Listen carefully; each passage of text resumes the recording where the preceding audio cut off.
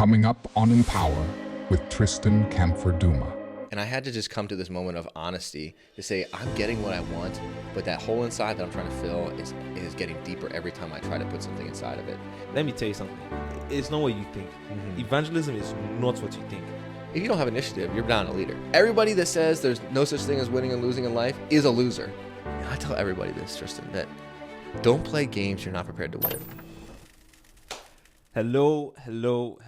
Welcome back to the show. My name is Tristan Canfor-Dumas, and I'm here to empower you to elevate your lives. Today, I know I've said this. Funny enough, I've been saying this for like the past 2 months, that I would have a pastor on my show. I'll have a man of God on my show. I just need somebody to come on my show. We got it. You know what I'm saying? By God's grace, finally, we got Billy on the show. This episode, listen, let me be so honest with you. This episode is going to be groundbreaking for some of you. Some of you guys are going to receive something from this episode. Just trust me and just watch it. Listen to the end. And if you like it, comments below that you guys like Billy. All right. So, yes, welcome, Billy. Hey, it's great being here. Thanks for having me. Yes. Excited to be here, man. This is going to be a W episode.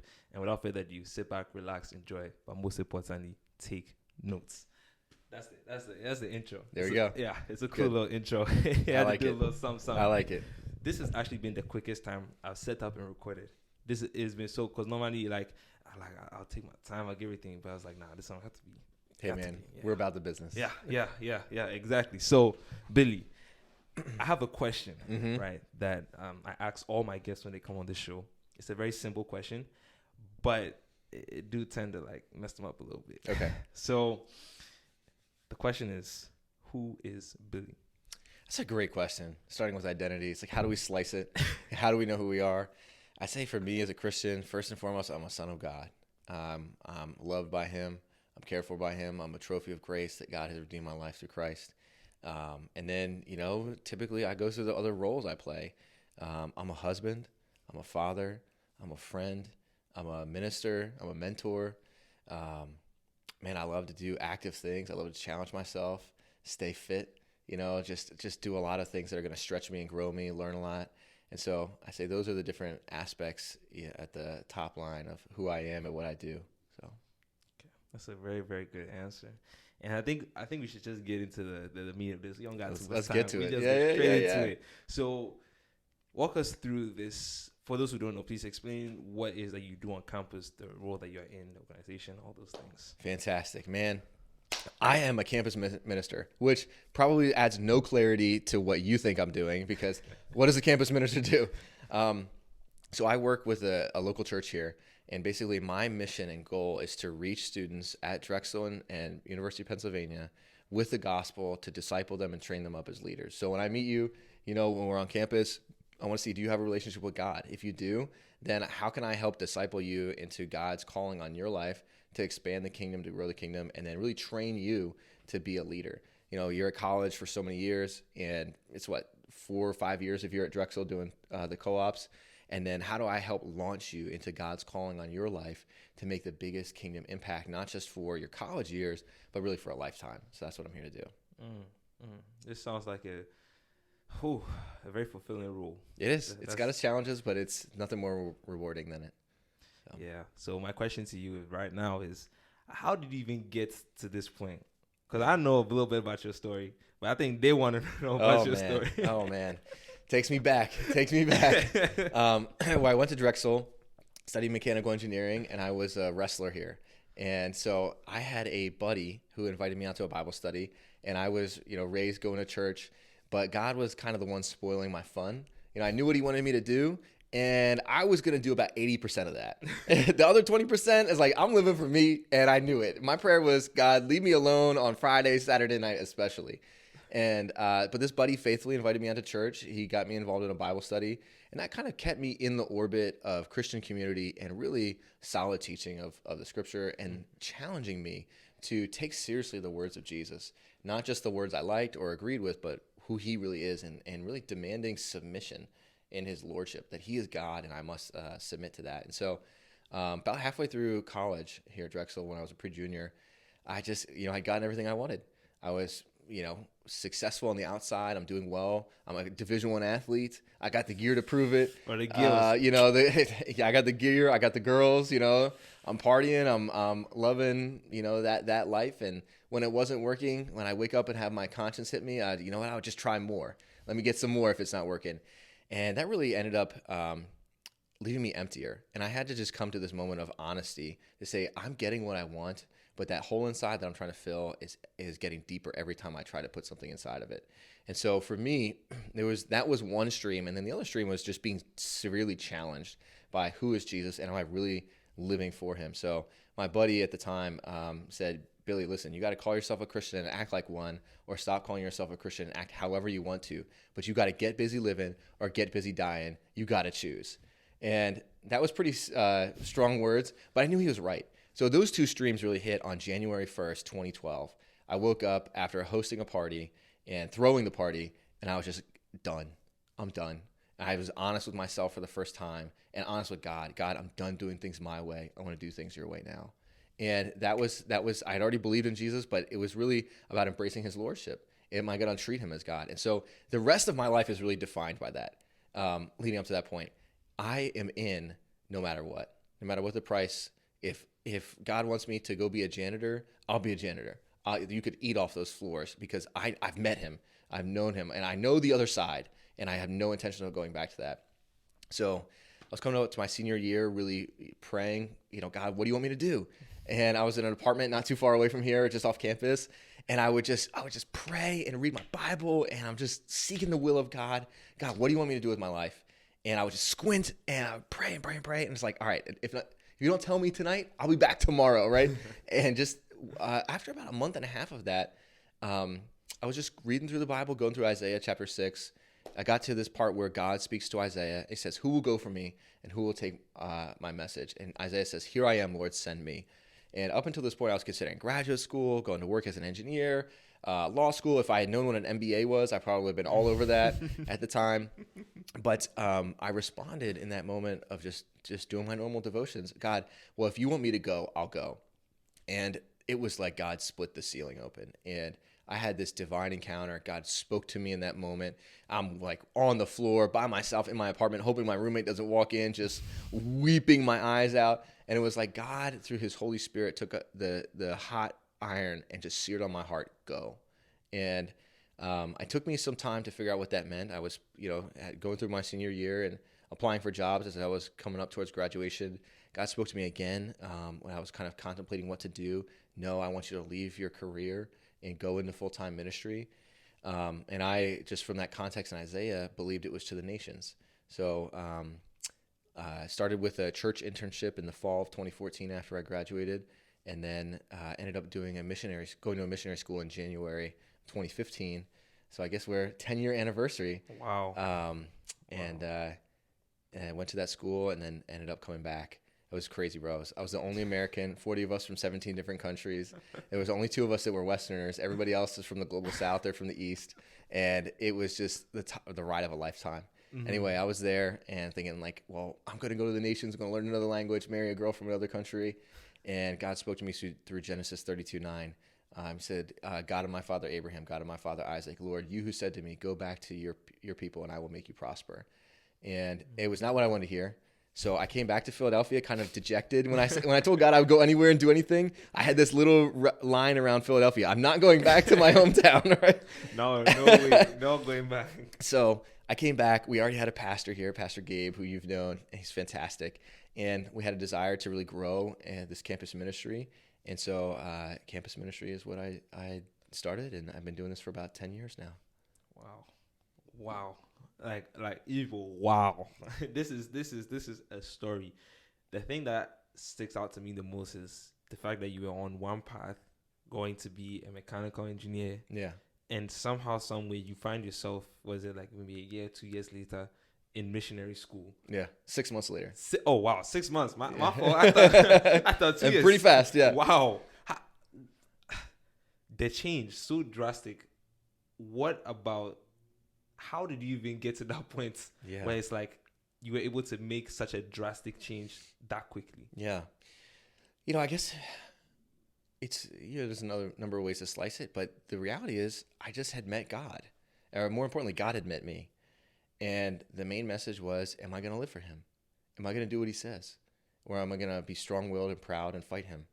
And it was a matter of, at that point, I had committed my everything. The reason I fought that commitment is because I knew what it was, and I had no interest in doing that. And so when I committed my life to Christ, I knew I was giving him everything, all my hopes, all my failures, all my sin, but everything I ever aspired to be in life could only then serve his purpose, and if I'm being honest. And so I was praying about what to do next, and I really thought it was going to be, engineering, and I'm going to figure out how to get in the C-suite, the corner office, and the BMW, whatever that was my mind, like the pinnacle of success. Yeah. But that posture of submission, God, my life is yours. I not my will, but your will be done. And I really meant it, whatever it is. And so by the time it came around, it was surprising, but it wasn't off the table. I learned to not take things off the table with God. And, I'm a lot of things, but an honest man is one of them. And if I said it, I mean it. And I gave God my unconditional yes. I think about it like writing a check. We don't really use checks anymore, but you write a check, no amount, you sign it, and you just slide it across the table and say, God, whatever amount you want, I'm in. My unconditional yes.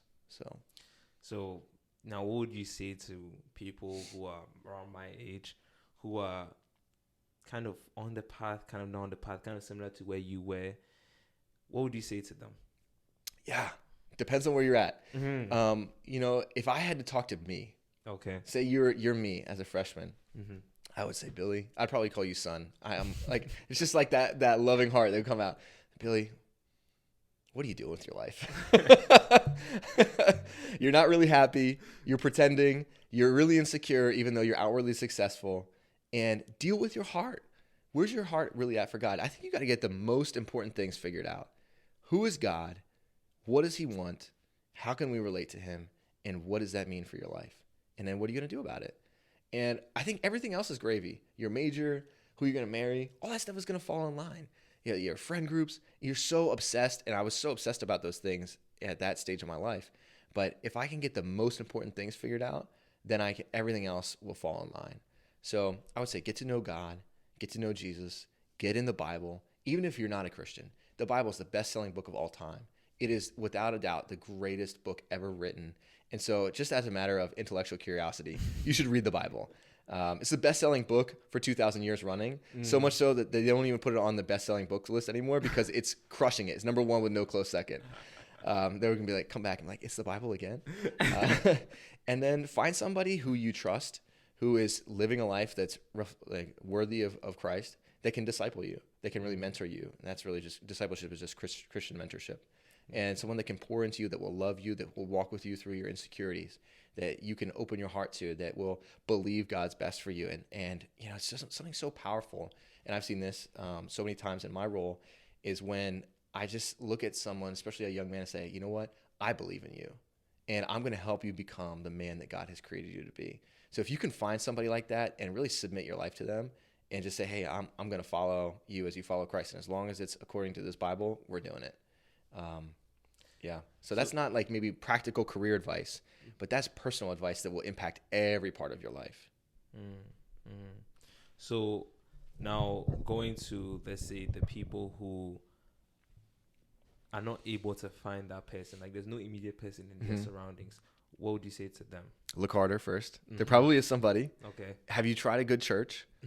Just Google it and just go try them out. In 3 weeks, you'll probably find a good one. And then just find somebody that you admire, somebody that you find that has something worth copying.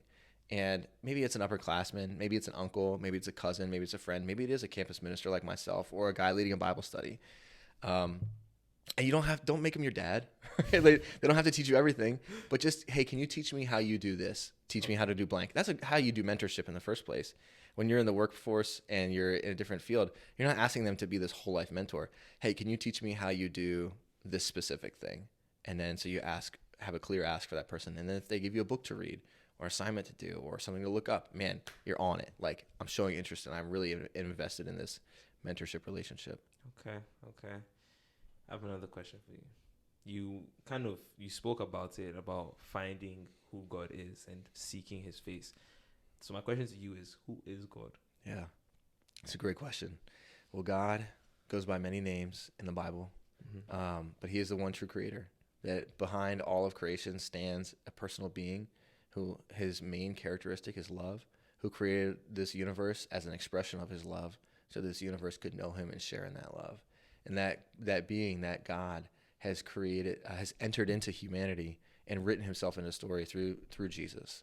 And so I would say there's a lot of great reasons to believe that Jesus is the creator God himself, stepping it down into humanity, probably beyond the scope of this podcast, but that's who I not believe, but I'm convinced of the truth of it, that Jesus is God himself. So get to know Jesus and you'll get to know God.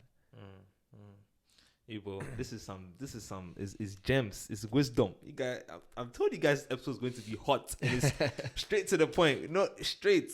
So going deeper into this, I want to know what has been some of your deepest realizations in your walk with God. Oh man, these are I didn't get these questions ahead of time, so give me off the apologize if I have to take a minute to think. My deepest revelations about God. Oh man, I would say that he really cares for me.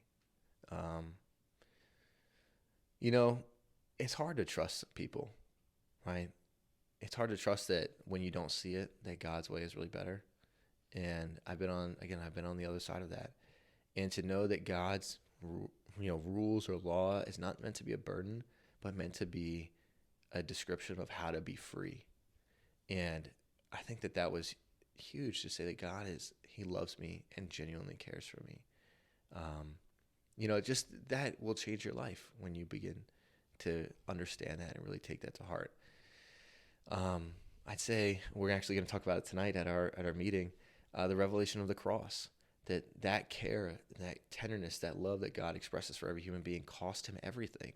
It cost him his very life and separation from the Father on that cross. And so it goes from like an idea that we can read about and hear about to a personal reality that, man, I have wronged God and I am in need of forgiveness. Me, Billy, for these specific things. And yet he looks down on me and says, Father, forgive Billy, for he doesn't know what he does. Man, unless I have a heart of stone, that just shatters your heart. And it produces an undying loyalty that God would give his life for me. I would say too is that, another one is that coming to God doesn't mean that my dreams die. It means that my life is actually reborn. So I've always had a wild imagination, very ambitious person, and unbelievably, more than your average bear, hard worker, right? So I think that for me, becoming a Christian felt like having a smaller life, but really it was just the sensation of going through a door that opened to a bigger room. And it was just like, wow. Like you ever seen those videos where like a cow will go outside for the first time or like an animal will be rescued and they touch grass for the very first time. Yeah. And it's just like they frolic and they play. That's the feeling that I had. I was like, when I gave my life to Christ, I came back. I was like, guys, this is way better than I thought it was going to be. I thought it was going to be so lame. This is amazing. And so when that revelation hit me, then I was like, oh my gosh, I was made for this. Yeah. And God has a purpose for my life. And it's way better than my own. I was living such a trivial, small life. It just bound up in pleasure and my own heart and my own pride and my own sin. And now I'm free. And I'm free to pursue God's call in my life. And just the feeling of that is just one of emancipation and one of actually like realization that this is what I was made for. Mm-hmm. So that's another huge one. I say the lordship of Christ. That he's God, man. You better fear God. I'm going to stand before a holy God one day who is a consuming fire. Yeah. And he will read out my entire life, every secret thought laid bare before Almighty God. And the judgment will be damned unless the blood of Jesus covers me and washes me clean. Yeah. That is a sobering reality, one I grapple with almost daily. Yeah. And I just think about, man, I'm going to stand before God one day, get after it.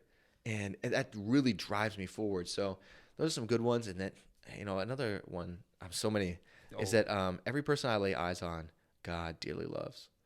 And the same love that I've experienced is the same love that God has for every person. And so I can't be indifferent. I can't be harsh or mean. I should be treating them with the same level of love, dignity, respect, and care that my creator has. And so just a handful off the dome. This is some heat. This is some bars, some pure heat. You know, there's one thing that you were saying, and I think something that you said kind of brought this back to something that we discussed in small group, and it was about like actually understanding the extent to which God suffered for our sake. Yeah. Because I think whenever we say like, oh, Jesus died on the cross, oh, Jesus died on the cross, it's like it says so much that like the feeling of it kind of goes away. But like when you really understand this, like it's something that it's like you can't even comprehend the amount of pain that somebody will go through. And it was like when I heard you talk about this, I was like, you know, he went through a lot.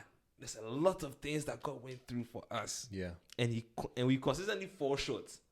But God is like, you know what? Forgive. They don't know what they're doing. Come. There's one thing that I learned is that God is a gentleman, and that he always knock. He will never force himself into your life. He'll just keep knocking. And this kind of leads me to my next question, which is kind of like, this is going down the pathway of people who kind of want that relationship, but they are struggling with addiction. When I say addiction, it could be addiction to watching football, it could be addiction to pornography, it could be addiction to drinking, anything. Like, what would you say is the remedy to that? Again, huge question.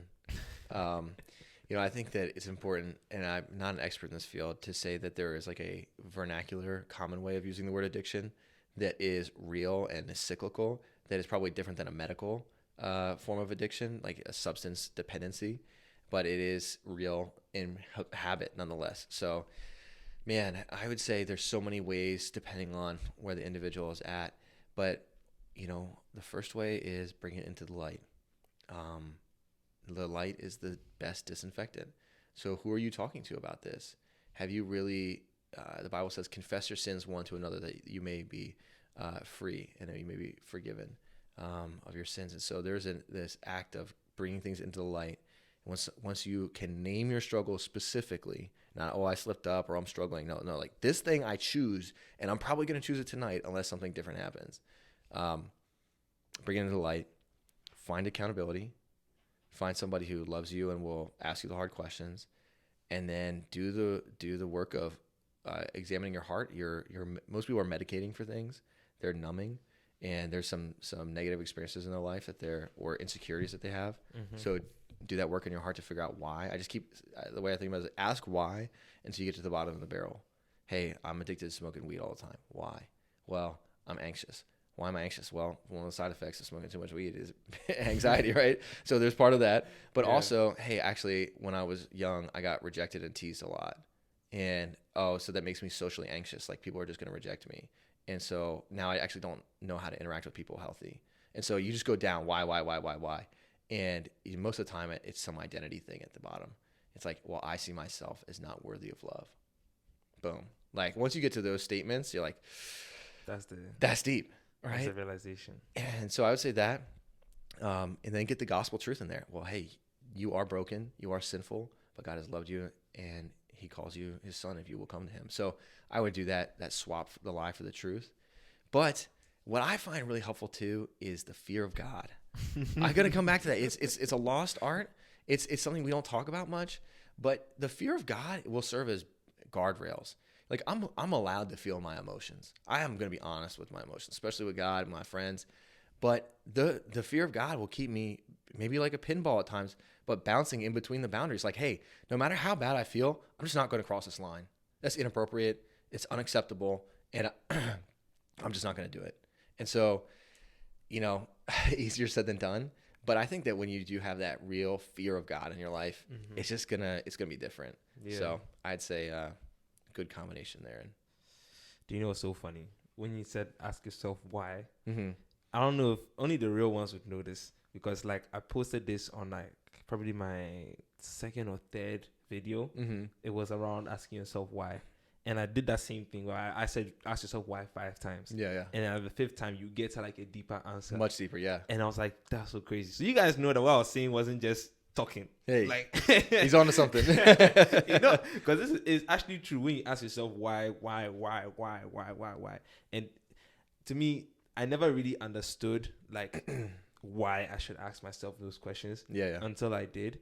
And one thing that I found really helped me out was visualizing it. Because sometimes like in my head, like things just get jumbled up and stuff. And so when I'm able to like write it down on paper, and I put it down like, okay, I have this is the cause. Let's say, for example, of smoking weed, right? Smoke weed. Okay, why do I smoke the weed? And then you just continue to just move it down. When I did that, man, I don't smoke, bro. I'm like the example. Hypothetically, yeah. if you were to, If I were to do that, God forbid, but if I were to do that, that's exactly how it would be. But there's been areas in my life where I actually used the why, and I actually did that so often. It was like, oh man, this when you just said it, just brought back so many things. But I want to segue into where we are right now, which is ENC. And for those who do not know what ENC is, could you please bring them up to speed? Hey man, you're gonna get me fired up here. ENC, 3 letters that mean nothing to you right now, but stands for Every Nation Campus. We are part of an organization here at Drexel University, international organization that is under this umbrella of Every Nation Churches and Ministries. It's really a family of churches, international, 81 countries, on over 1,000 college campuses. And we believe that God wants to reach every tribe, tongue, and nation. He wants to reach the nations. And so that vision that John has in the book of Revelation of heaven, where every tribe, tongue, and nation is worshiping Jesus there, is really our what gets us out of bed in the morning, and it is our vision. So that we want to reach the nations by making disciples and preaching the gospel. And our strategy is campus ministry. For everybody that's going to be on the college campus is the future leaders of not just America, but really the nations. And so we want to reach the leaders who are going to go on to impact people for a lifetime. So locally here, man, I've been a campus minister for, I think I told you, since 2015. So 10 years and running. And since being alumni here too, it's kind of like a cheat code. We might have even had some of the same professors. Oh, that's actually true. It's wild, yeah. Some of these guys, they just like haven't retired yet. I don't know. I'm like, honestly, I want to figure out their health strategy because I'm surprised they're still alive. But yeah, man, we say we do 4 things. We engage people with the gospel. We equip them in biblical foundation, or establish them in biblical foundations. We equip them for the works of the ministry, and we empower them to lead. So I love the title, Empower, man. I think about how can I empower these young guys, these young girls to go be the leaders today and for tomorrow, for a lifetime, to carry the gospel. So we do that locally, Bible studies, worship nights, services, Thursday night services on campus, missions trips. You know it. You know the deal. Thursday's today, though. Thursday is tonight, and your boy's preaching, so let's go. That's actually let me tell you something about like this whole thing. When I first came to Drexel, my brother told me about there's a church organization that I'm a part of. Like, yeah, it's cool. And I think even last year he wasn't as involved as he is this year. He's gotten more involved, yeah, he's going more involved. And so like when he told me about it, it was kind of like a bird's eye, like, this is what's happening. Like, you want to get inside. And me, I was looking for that environment. I was looking for that type of community. So when I first came, I was like, this is good. This is good. This is great for me. And then he started talking about small group. Like, this is the first time I've had something like small group where they'll sit down and like you're actually talking about it. And it's just like it's not even that many people. And it's like people your age. And it's like boys, girls. Is there one that is boys and girls? Or Thursday nights, yeah. Okay, so that's the huddle where everybody's together. Okay, yeah. So when I came for the small group, I was like, okay, this is cool. This is interesting. Okay, I never really broke down it like this and spoke about these type of things. Like, we had Bible study with my family, but never between friends. It's way different with your friends. Yeah. It's way different with your peers. Yeah. Man, that feeling of like, I'm not alone anymore. And I can grow. It's allowed to be a little bit messier here, right? I don't have to have the right answers. And even when people meet with me, I can tell they have that face on. I'm like, stop it. Like, I know too much these, right? Like, I know it's not all sunshine and rainbows. Like, let's get to the real stuff. So that's great, man. Sorry, I cut you off, but yeah. So the small group, that was what kind of started it. And then they brought up this thing called the ENC 4 retreats. Oh yeah. And you see, me personally, I was like, first of all, they told me that I could go there for free. Or was it free or was it discount? It was discount, yeah. Yeah, discounts. Yeah, that's what it was. The conference that was for free. The discounts. First, he said I could go on discount. Now, even I hear discounts, I'm like, okay. Yeah. Okay, now I can go with that. You have my attention. Yeah. Now, like, let me go for that. Let me try that and see. And it was a Friday. Was it Friday? Saturday. Saturday. Yeah. Bro, it felt so long, but it was so short. And it was like, man. Oh, sorry, Saturday, Sunday, but it doesn't Saturday, yeah. I was just like, man, this. When I went there, I did not expect what happened.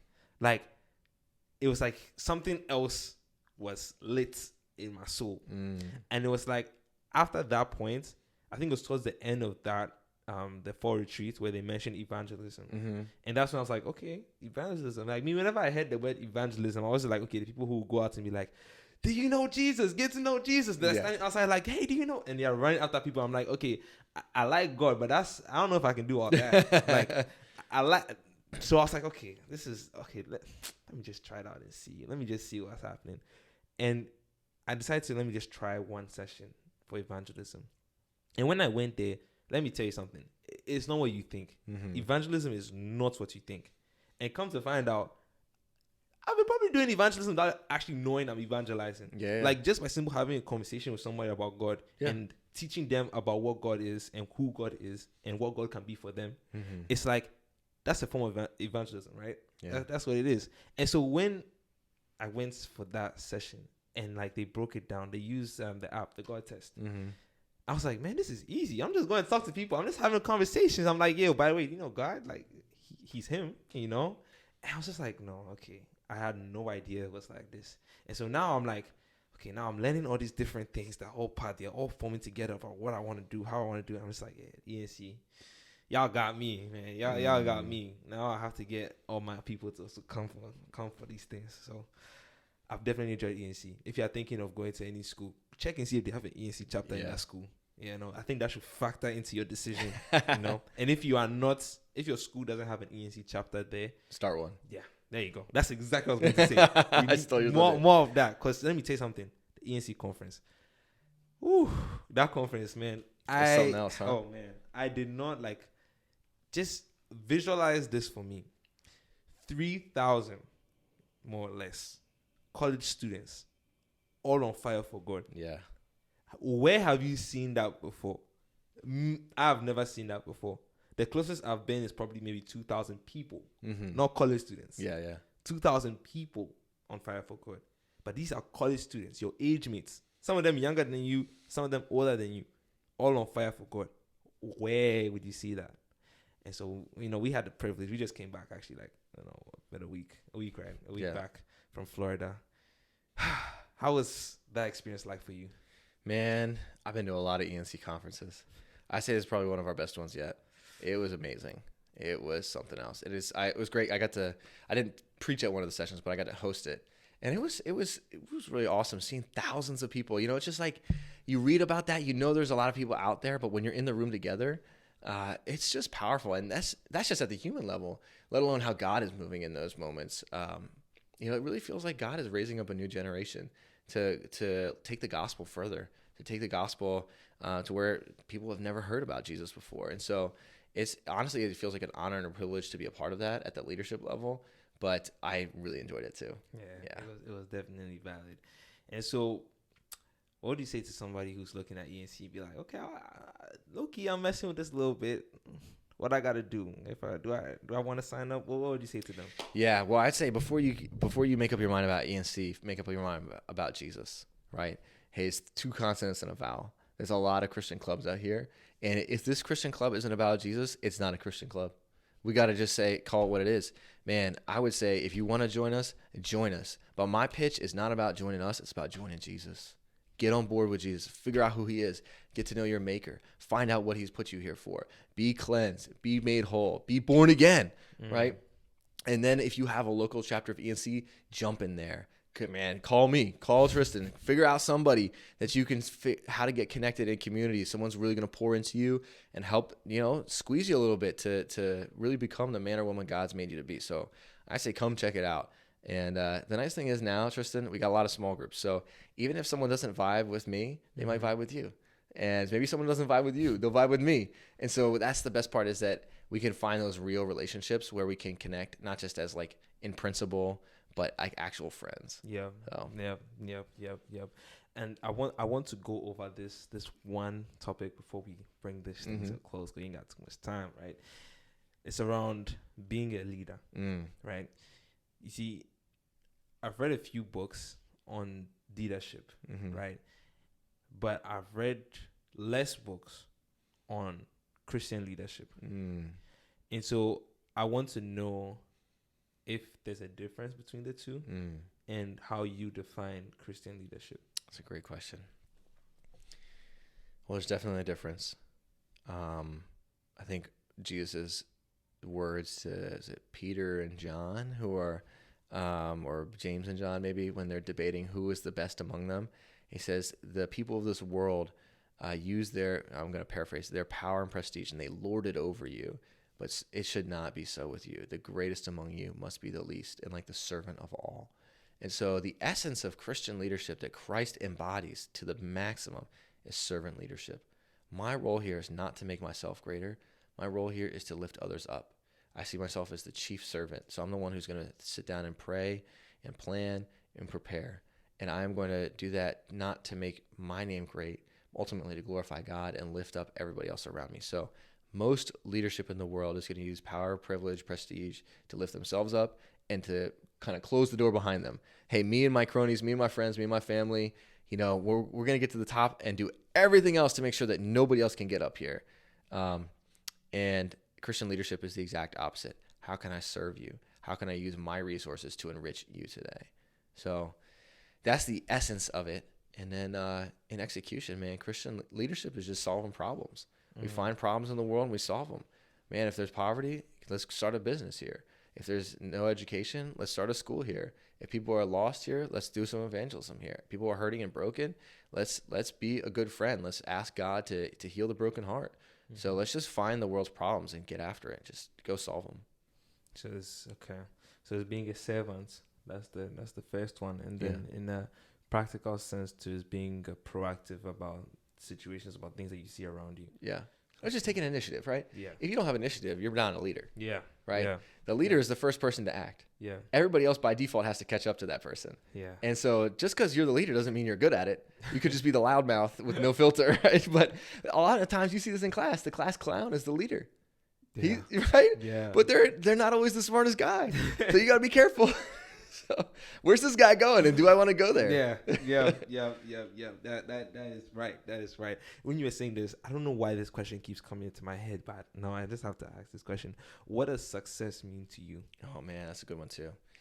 I would say success is doing what God has told me to do. That's it. I hope it has certain things attached to it. Impact. I'd be lying if I said I didn't. Part of me doesn't desire notoriety. I think everybody with a bit of ambition has to wrestle with that, the desire for distinction. But I choose to find my distinction in my relationship with God and beating the man I was yesterday and becoming better.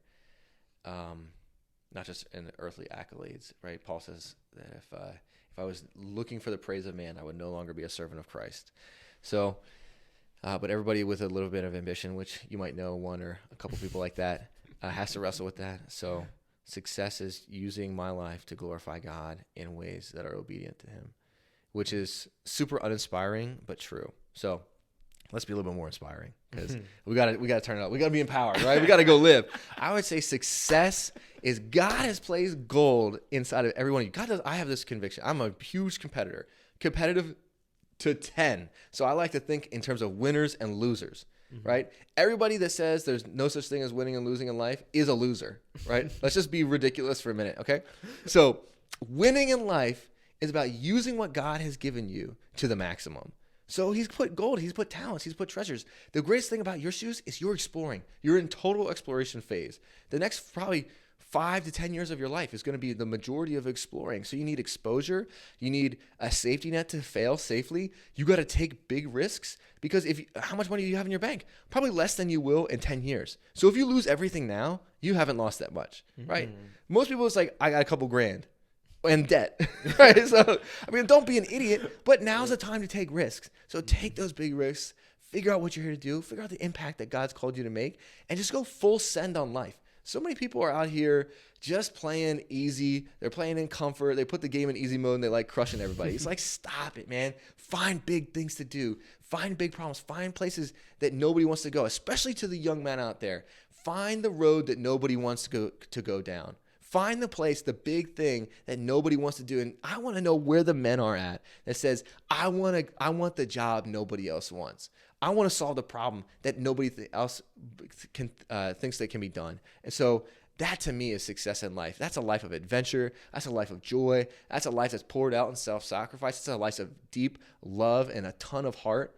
But that's also a life of excellence and diligence and discipline and just perseverance and doing it day after day, year after year, decade after decade, getting after it. So I would say that's success. Wow. I'm fired up, bro. I'm ready to go. Yeah. Yeah, man. This is heat, bro. This is wow. There's a lot of things in here. And you see okay, forgive me. I said that was going to be the last one. Mm-hmm. Right? Let's keep going. We got it. There is just one thing that actually I brought up in my last episode. So for context, my last episode, I interviewed my auntie and my uncle together. Great. And their story is just so inspiring. They are both God-fearing people. And I started bringing up the topic of love here. And especially in our day and age, the topic of love has been a little bit misconstrued. Mm-hmm. So, you see, I would want to get your advice on, let's say, from the perspective of a guy, how he should approach love, and from a girl, too, how she should also approach love. Great. All right, let's just start with the guy. Romantic, right? Okay, so I would say you got to figure out who you are first. So many people want validation, but they don't know who they are. And so you're looking for this other person to define you, but that's not ever going to work. There's no amount of external pleasure or affirmation that is really going to satisfy that identity piece. So figure out who you are, build that relationship with God, get your life sorted out. Plus, people got issues. You got no business bringing other people into your issues, right? Like, just figure it out on your own. Yeah. Don't bring other people into your mess. And then figure out, I tell everybody this, Tristan, that don't play games you're not prepared to win, right? So if you're a young man, the posture we should have towards the women in our lives, really everybody, especially when it comes to relationship, is honor. How do I honor this woman? How do I honor her? Like, I could talk to her dad, her brother, and say I don't marry this girl, right? Her future husband, and without an ounce of lying or regret, say, hey, I left her better than I found her. I was a positive influence in her life. I didn't take any pieces of her that didn't belong to me, and I honored your daughter. I can say that there was one girl that I dated that I did that for, and there's just not 1 ounce of reservation. I treated this girl with absolute just honor. And I could see her dad. I could see her husband. I could see her brother, who I know. Still friends on Instagram with, right? Oh, wow, that's crazy. Yeah. If he didn't follow, I'm like, I got nothing against him, right? He was a great guy. And I can say, you know what? I did the right thing by her. So if that's not the posture of a heart, don't do it. If you're not ready to like eventually get married, if that's not what you're doing, don't play games you're not ready to win. And then I got 4 C's. Actually, I did an episode on my podcast about this one time. Okay. Calling, character. What's their character at? What's yours at? Mm-hmm. Chemistry. Would you guys be friends if you weren't romantically involved? You got to have that chemistry. Otherwise, it's just infatuation. Mm-hmm. Calling. And then calling. That's more about trajectory. Are we going the same direction in life? Right, Tristan? If you're trying to move overseas and do these great things and business deals all around the world, and you got this homebody girl, like, it's not going to work, right? If someone's like, even temperament is super extroverted and the other person is painfully introverted, well, be prepared for conflict, be prepared for tension. So maybe you want that, maybe that person's worth it to you, but know what you're signing up for. So that trajectory of life, you got to make sure that there's alignment there. And that is hard if you don't know who you are and what you're about. And, you just got to be thoughtful about that. And then I would say the 4th one is confirmation. That one's kind of an honorary. It's like, if the people that know you best, do they think that you're good for each other? Now, do those people around you have good judgment? Do they know her? Mm-hmm. Do they know him? And can they really speak into your life with that kind of accuracy? That really just is kind of depends on the person. Yeah, so, yeah. Wow, that's 4 C's. There's just a lot of just gems. We spoke about for the guy. Yeah. Now for the girl. Yeah, I don't think it would be a whole lot different. I would say figure out who you are. Mm-hmm. Don't play games you're not ready to win. Mm-hmm. Know a good deal when you see one. I'm in the fortunate position, Tristan. I know a lot of great guys. Yeah. Okay? And a lot of these guys that I've mentored over the years, like some of these girls, like these guys will ask them out. I'm like, hey, know a good deal when you see one, girl. So, in the end, it's not that much different. For the girls, I would say don't be passive. You know, a lot of girls want to be found and be asked out. That's great, and I think it should be typically the guy that's taking that active role. But figure out ways to just say yes to things, to show interest in holy ways. But there's this old school kind of Victorian era England analogy I like to use, is that the women would never back in those days ask a man out. And that's just super taboo. You wouldn't do it. But what they would do is if they saw a guy that they liked, they would drop a handkerchief. Like everybody carried around a handkerchief. So she would drop it. And the man, being a gentleman, would come over and pick up, ma'am, you dropped your handkerchief. And she's, you know, he hands it to her and they hold hands for a second. Oh, thank you so much. And you're such a gentleman. So that would begin the interaction. And from there, you can kind of see who's interested and go back and forth. So I'll say find ways to drop her handkerchief for the right person. And, you know, be careful who you get yourself messed up with. If they don't have a good mentor, probably don't do it, right? Mm-hmm. You know, if they're not accountable, if they don't have a good group of brothers, every guy needs to get slapped upside the head every once in a while, right? Like, what are you doing, you moron? Like, I still need that. Like, that's what a mentor does, is like basically says, don't be stupid, right? Yeah. Hey, this thing that you're doing, it's really dumb. Don't do that. Yeah. So if you don't have that kind of accountability from a mentor or a good peer group, then I would say, you know, find them somebody like that, because you're going to need that if you want long-term success for a relationship. Okay. So now we just finished speaking about getting. Mm-hmm. So now going to the people who have, and they're trying to maintain or have a godly relationship with their significant other. What would be your advice to that? Hey man, first thing has got to be boundaries, right? Physical boundaries, intimacy. You know, if it's a godly relationship, it's got to honor God first. If it doesn't honor God, it's just not a godly relationship. So I'd say be really clear about who you are, about your boundaries, and let the scripture be what sets those boundaries. Remember, talk about the fear of God being like guardrails. Like a guardrail is meant to be smashed into by a car at 60 miles an hour and save that car from going all over the edge. So you should have really firm guardrails that will save you, because you're going to be in the heat of the moment. If you guys care about each other, you're attracted to each other, you're going to get super tempted, and you need to have some really firm boundaries to hit into. And you need to be accountable on those boundaries. So you have somebody who's going to check in, if you're even feeling tempted, confess that too. And then life is about intimacy, relationships, right? So figuring out how to increase that intimacy in non-sexual ways, typically. That's emotionally, spiritually, things that are interesting and intellectually stimulating. So find things that make that person come alive, and find things that make you come alive, and get to do those things with each other. Get to share those things. Whether for some people it's a TV show, other people it's like they really like cooking. Other people it's, man, I just love exploring. I love new experiences. So we're gonna go to every restaurant we can afford. Right, we're gonna go try out every market we can get ourselves into and just laugh and have a good time. You know, I hear how corny I sound, but I am a happily married man. I got 2 kids. So. I won.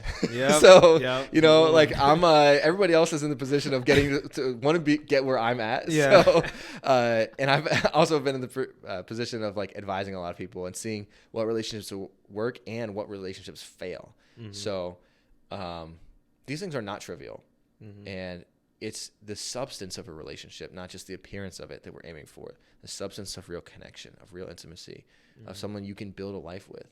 So think about that. Can I build a life with this person? And if they're just there for a good time and giggles, but no building, I'm like, just cut it. Just get out of there, man. It's not helping you. Wow, guys, this is an episode. Man, if you guys are enjoying this episode, just leave a like, man. Just leave a like on the video. Y'all gotta like this video, subscribe, man. Anyways, well, we are approaching the end of the show. Before we get to the final segment, which is like the bye-byes and all that stuff, is there anything you'd like to say to anyone who is watching? Oh, man. Well, thank you for watching this far, if you've made it this far in the episode. It's been a pleasure being with you. Tristan, thank you for having me on. And I think I just would want to reiterate really my heart for every person that's going to be watching this, is that the theme of this podcast is to be empowered. is that God has put you here for a reason. And the first step is getting to know him. And the second step is asking, why am I here? What difference has God called me to make? And I think inside of you, in your heart of hearts, you know that you're here for a reason. And then it's about engaging with God and engaging with life to the fullest.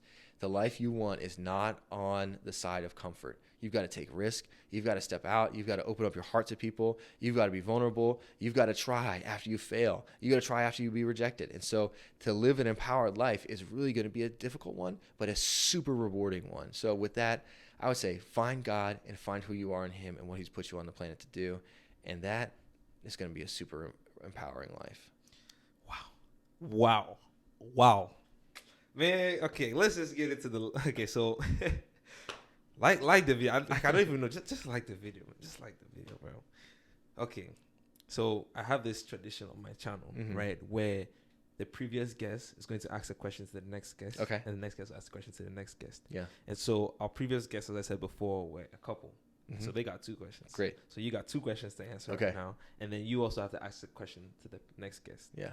We don't know who next is going to be. Great. So be thinking about that. I like this. I'm about to ask you the first question. Okay. The first question is, if you had the opportunity to change something, what would be the one thing you change in your life? My life. Yeah. Right now? Yeah. Or like go in the past? Okay, let's do both. Why not? Oh my God, that's 3 questions, Tristan. I don't know, that's too many. One thing I could change in my life right now, what would it be? I would make myself a billionaire. That was an easy one. Simple. I feel like I would do a lot of good with that $1 billion. Yeah. So, I have a lot of dreams about what I want to do in life, and it feels like it would expedite some of those dreams. Yeah. Just and a little, throw in a jet ski here. Yeah, And there. just a little bit. Just a little bit. Oh man, about the past, I wish I had sorted out everything we talked about earlier. It took me a while. It took me years. I think about wasted time. I think about the times even after I became a Christian, I didn't act with courage, and the opportunities that I wasted. And so I would go back and change a lot of those. So yeah. Okay. That's a very good answer. And the second question is, if you stood at the gates of heaven and God asks you, why should I let you in? What would your answer be? Hey, not for anything I've done, Lord, but for what he's done. For what he's done. I have no qualifications to enter into your realm except for the Son, Jesus Christ, and his purchase of my life on the cross and the payment of my sin. And so with that's the only thing I have. I have no record to point to. That was not even the answer I expected at all, but that's a perfect answer. I did not even expect that, but wow. Okay. Well, we are literally at the end of the show. Saying of the day. Yes. So I have this thing also at the very, very end where we have kind of bring up anything that you've read, you've heard. It could be a verse, it could be a saying, anything like that. They just want to share anything like that. And then I also give one and then you give one. Okay, great. All right. You going to go first? Okay, you go. I kind of forgot mine. Okay. I would leave, and it's kind of on theme, and it's a line from one of my favorite poems by this guy, C.T. Studd. You ever watch cricket? Cricket. What's that about? It's a game. Like the okay. Yeah. C.T. Studd was one of the best players in the game, the first game of the Ashes between England and Australia. Anyway, for cricket fans out there, but he's got this line. It says, "Only one life to live will soon be past. Only what's done for Christ will truly last." And that rhyme too. That's wow. Okay, well, this is I know my saying of the day too. Okay. I remember. Okay, so this is kind of in line also with what we are talking about, and it's just a very simple prompt. Look within. So the questions that you may have for yourself, before you go and ask the world those questions, look within yourself, because more often than not, the answers you know them already. So, yeah, that's what I got. And is there anybody who you'd like to see come on this show? Oh, man. I don't think you've ever met him, but this guy, Teme Okotete, graduated from Drexel not too long ago, a year or two ago. Okay. And I think he has got a lot of wisdom to drop, too. Really? Yeah. I think we got to get him on the show. We got to do that. Yeah. Okay.